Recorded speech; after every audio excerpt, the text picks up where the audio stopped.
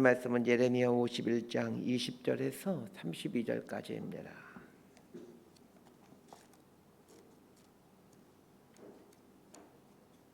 예레미야 51장 20절에서 32절까지 말씀 번갈아 가면서 읽습니다. 제가 먼저 읽겠습니다. 여호와께서 이르시되 너는 나의 철퇴 곧 무기라. 나는 내가 나라들을 분쇄하며 내가 국가들을 멸하며 내가 말과 기마병을 분쇄하며 내가 병거와 병거대를 부수며 내가 남자와 여자를 분쇄하며 내가 노년과 유년을 분쇄하며 내가 청년과 처녀를 분쇄하며 내가 목자와 그 양떼를 분쇄하며 내가 농부와 그 멍에소를 분쇄하며 내가 도백과 태수들을 분쇄하도록 하리로다. 너희 눈앞에서 그들이 시온에서 모든 악을 행한 대로 내가 바벨론과 갈대아 모든 주민에게 갚으리라. 여호와의 말씀이니라. 여호와의 말씀이니라. 온 세계를 멸하는 멸망의 사나 보라. 나는 내 원수라. 나의 손을 내 위에 펴서 너를 바위에서 굴리고 너를 불탄 산이 되게 할 것이니 사람이 내게서 진모퉁이 똘이나 기초돌을 취하지 아니할 것이요 너는 영원히 황무지가 될 것이니라. 여호와의 말씀이니라. 땅에 깃발을 세우며 나라들 가운데 나팔을 불어서 나라들을 동원시켜 그를 치며 아라랏과 민니와 아스그나스 나라를 불러 모아 그를 치며 사무관을 세우고 그를 치되 극성스러운 메뚜기 같이 그 말들을 몰아오게 하라. 못 백성 곧 메대 사람의 왕들과 그 도백들과 그 모든 태수와 그 관할하는 모든 땅을 준비시켜 그를 치게 하라. 땅이 진동하며 소용돌이 지나니 이는 여호와께서 바벨론을 쳐서 그 땅으로 황폐하여 주민이 없게 할 계획이 있었음이라. 바벨론의 용사는 싸움을 그치고 그들의 요새에 머무르나 기력이 쇠하여 여인같이 되며 그들의 거처는 불타고 그 문빗장은 부러졌으며 보발꾼은 보발꾼을 맞으려고 달리며 전령은 전령을 맞으려고 달려가 바벨론의 왕에게 전하기를 그 성읍 사방이 함락되었으며 32절 함께 읽습니다. 모든 나루는 빼앗겼으며 갈대밭이 불탔으며 군사들이 겁에 질렸더이다 하리라. 아멘. 예레미야 50장과 51장은 바벨론의 심판 예언입니다. 어제 본문에서는 바벨론이 왜 심판받아야 되는가에 대한 이유를 설명했다면 오늘 본문에서는 바벨론이 심판받는 모습을 묘사해주고 있습니다. 바벨론이 심판받는 모습을 묘사해주는 이유가 무엇일까 생각해 봅니다. 심판에 대한 자세한 묘사를 하는 이유는 하나님이 집행하신 심판이 얼마나 무서운지 그리하여 하나님의 무서운 심판을 기억하며 죄에서 떠난 삶을 살려는 의도일 겁니다. 우리가 죄에 자꾸 넘어지는 것은 죄의 유혹이 너무나도 강하기 때문입니다. 그러나 죄의 유혹 앞에 직면할 때마다 그 죄가 가져오게 될 그 무서운 심판을 생각하게 된다면 상당 부분 죄와 싸워 이길 수 있을 겁니다. 감옥에 가는 범죄자들이 죄를 지은 후 감옥에서 살게 된 모습을 깊이 생각했다면 죄에 대한 유혹을 이겨낼 수 있었을 겁니다. 그러나 어리석은 인간은 죄의 결과가 가져올 심판과 사망이 얼마나 끔찍한지를 생각하려 하지 않습니다. 오늘 본문을 보면서 죄의 결국이 심판이고 그 심판이 얼마나 무서운 것인지 배워갔으면 합니다. 자, 20절에서 23절까지 말씀 함께 봅시다. 시작. 여호와께서 이르시되 너는 나의 철퇴 곧 무기라. 나는 내가 나라들을 분쇄하며 내가 국가들을 멸하며 내가 말과 기마병을 분쇄하며 내가 병거와 병거대를 부수며 내가 남자와 여자를 분쇄하며 내가 노년과 유년을 분쇄하며 내가 청년과 처녀를 분쇄하며 내가 목자와 그 양떼를 분쇄하며 내가 농부와 그 멍에소를 분쇄하며 내가 도백과 태소들을 분쇄하도록 하리로다. 20절에 보면 너는 내가 라는 말이 반복해서 나오는데 여기서 말하는 이 2인칭 대명사인 너, 네가는 누구냐는 것입니다. 당연히 바벨론을 말합니다. 그래서 20절에서 23절에 반복해서 나오는 너, 네가라는 말을 바벨론 이렇게 바꾸면 될 것 같습니다. 20절에 보면 하나님께서 바벨론은 나의 철퇴 곧 무기다 이렇게 말하고 있습니다. 바벨론이 하나님의 철퇴이다 이렇게 말씀하고 계십니다. 이 말은 바벨론이 하나님의 대리자로서 열방을 심판한 일을 담당한다라는 뜻입니다. 실제로 바벨론은 기원전 600년경부터 550년대까지 수많은 나라들을 정복합니다. 이 기간 동안에 남유다도 패망하게 되고 예레미야 46장에서 49장에 나왔던 그 8개의 나라도 바벨론에 의해서 무너지게 됩니다. 20절에서 23절의 내용이 바벨론이 하나님의 심판의 대리자가 되어 열방을 부서뜨린다라는 내용인데 시제가 미래형으로 되어 있습니다.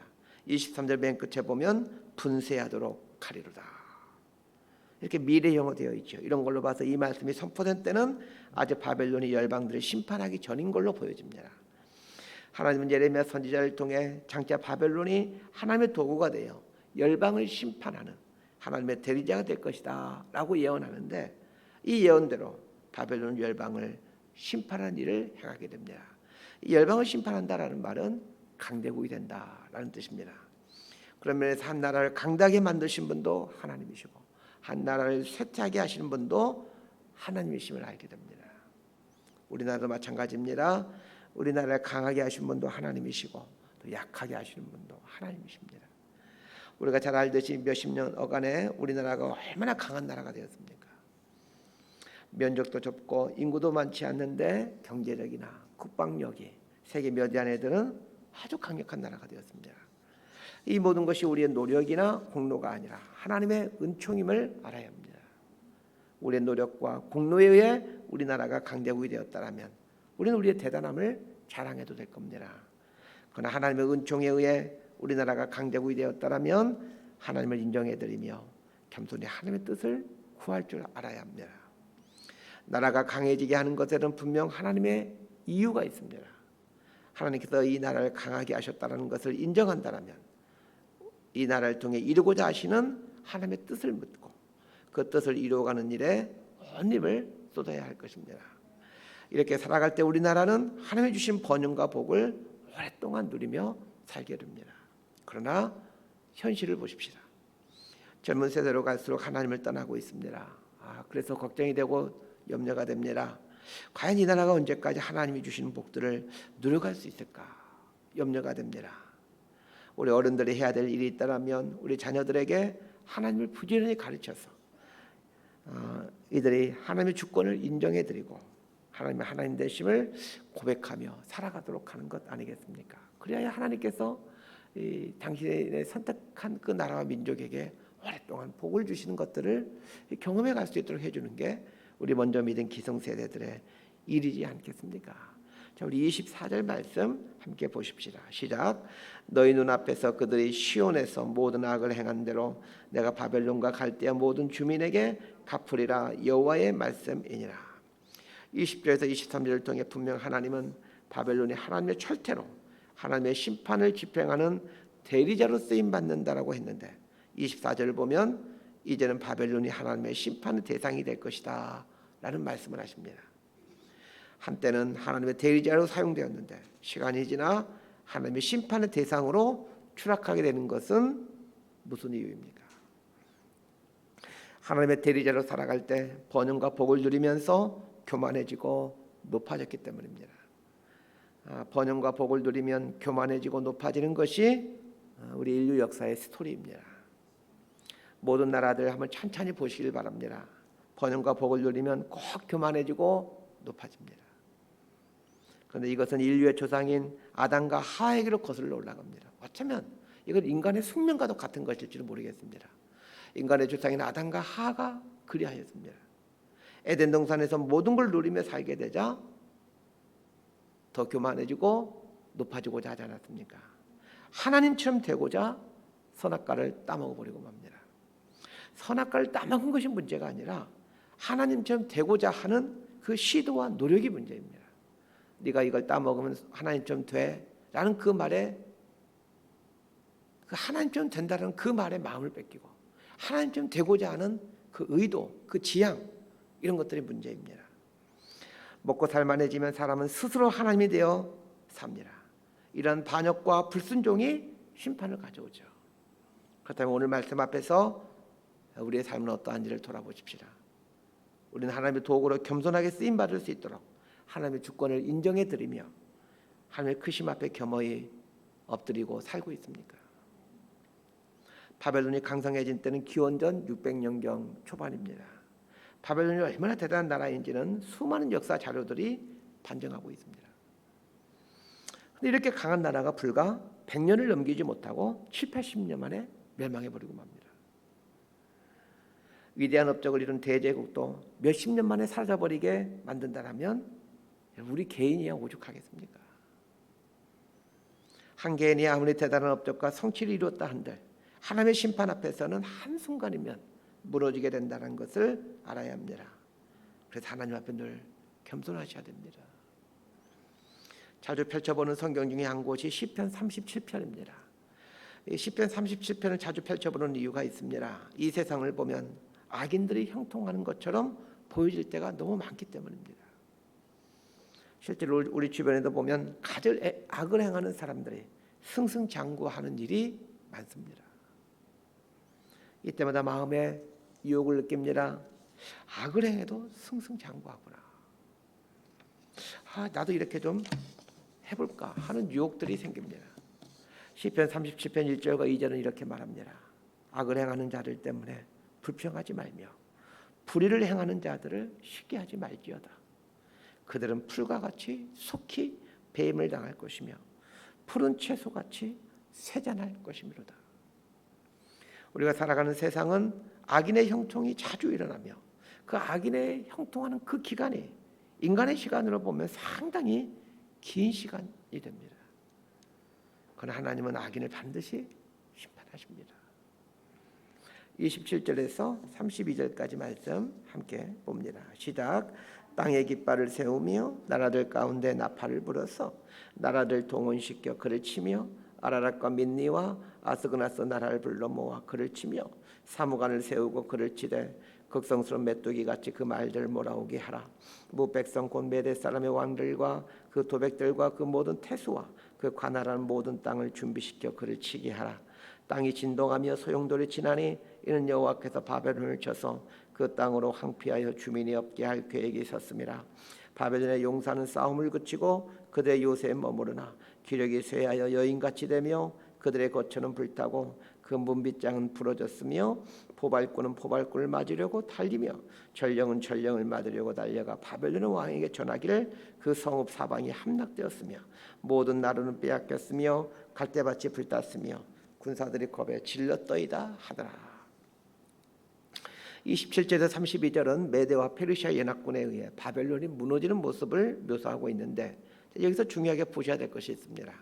하나님께서 마치 메대와 페르시아의 군대 사령관처럼 메대와 페르시아 군대에게 명령하신다는 것입니다. 물론 메대와 페르시아 군대는 자신들이 하나님의 주의를 받고 있다는 사실을 전혀 모르고 있죠. 그러나 하나님께서 메대와 페르시아 군대를 주의하심으로 바벨론을 무너뜨려 가십니다. 자, 이 모습을 보면서 알게 되는 것이 있습니다. 바벨론도 하나님의 도구로 사용되었고 메대와 페르시아도 하나님의 도구로 사용되는 걸 보면서 하나님을 모르는 사람들도 하나님의 도구로 사용된다는 것입니다. 하나님의 계획을 이루어가는데 바벨론이 사용되고 메대와 페르시아가 사용되는 걸 보면서 하나님은 온 우주 만물의 주인이심을 깨달으셔야 됩니다. 하나님을 믿는 사람이든 믿지 않는 사람이든지 간에 누구든지 하나님의 도구로 사용될 수 있습니다. 그래서 우리는 하나님을 전혀 모르는 사람을 통해서도 하나님이 일하시고 있음을 볼 줄 알아야 합니다. 여러분 오늘 하루도 우리는 또 사람들을 만나게 될 겁니다.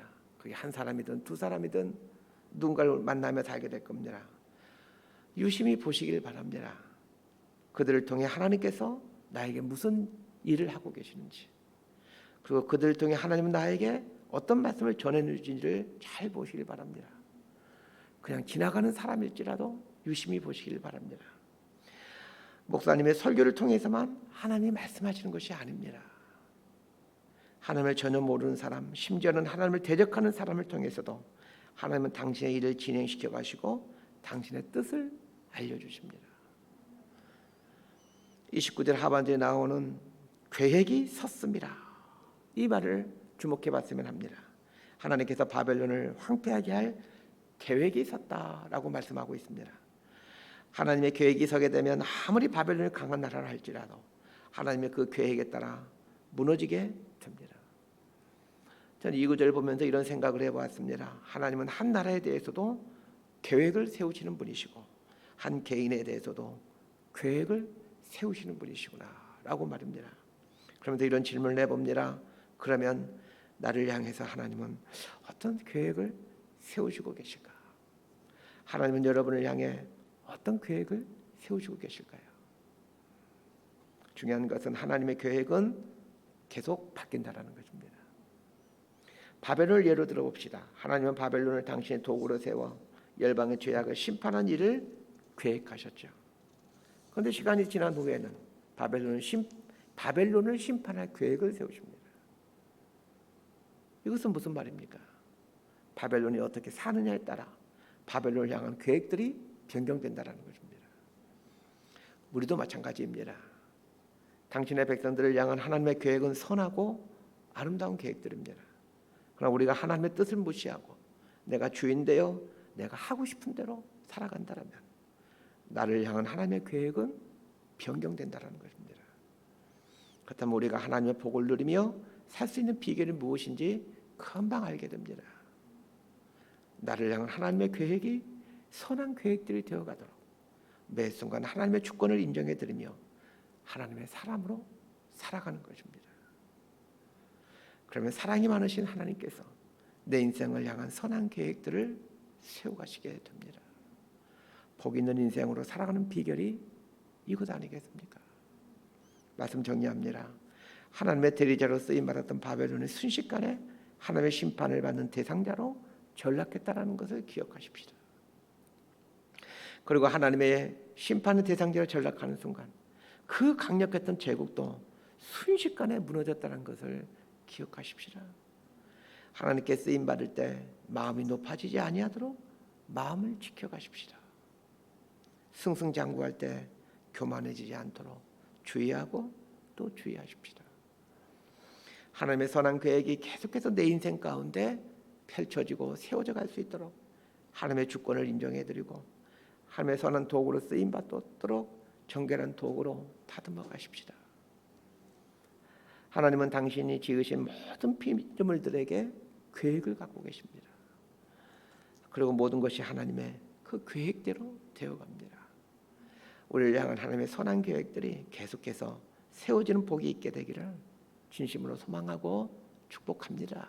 기도하겠습니다. 하나님 아버지, 하나님의 도구로 사용되는 것이 큰 복임을 알게 하옵소서. 하나님의 도구로 사용될 때 교만해지지 않고 겸손히 하나님께 엎드리는 삶을 살게 하옵소서. 하나님은 각 나라에 대한 계획을 세우시고 또 각각 개인들을 향한 계획을 세우시는 분이라는 걸 배웁니다. 내 인생을 향해 선한 계획들 계속해서 세워가실 수 있도록 우리 자신을 정결하게 다듬어가게 하시고 하나님의 도구로 쓰임받을 때 감사와 감격으로 그리고 겸손함으로 살아가는 우리가 되게 하여 주옵소서. 예수님 이름으로 기도드리옵나이다. 아멘.